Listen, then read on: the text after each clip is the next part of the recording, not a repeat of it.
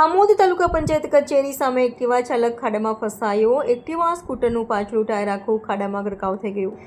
કેન્દ્ર સરકાર અને રાજ્ય સરકાર દ્વારા લાખો કરોડ રૂપિયાની ગ્રાન્ટ આમોદ નગરમાં રસ્તા રિપેરિંગ માટે આપવામાં આવે છે, તેમ છતાં પણ આમોદ ખાડામાં છે કે ખાડા આમોદમાં છે જેવા દ્રશ્યો અનેક રોડ વિસ્તારમાં જોવા મળી રહ્યા છે। એક્ટિવા ચાલકને રસ્તા પરથી જતા મહિલા એક્ટિવાને ધક્કો મારીને બહાર કાઢ્યો। એક્ટિવા ચાલકને ખૂબ જ ભાર દઈને એક્સિલેટર આપ્યું, પરંતુ તે એક્ટિવા ખાડામાંથી કાઢવા સફળ ન થયું। આમોદમાં ઠેર ઠેર ખાડાઓના સામ્રાજ્ય વચ્ચે આમોદ જનતા ત્રાહિમામ પોકારી ઉઠી છે। ગેસ એજન્સી દ્વારા ખોદવામાં આવેલ ખાડાઓ અને ઠેર ઠેર રસ્તાઓ તૂટી ગયા અને બેસી ગયેલ બ્લોકનું સમારકામ ન થતાં આમોદની જનતા હેરાન પરેશાન જોવા મળી રહી છે।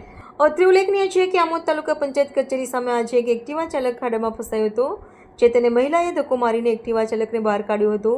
તો આ સમાચાર પ્રકાશિત થયા બાદ આમોદ નગરપાલિકા દ્વારા ખાડા પૂરવાની કામગીરી હાથ ધરવામાં આવશે કે કેમ?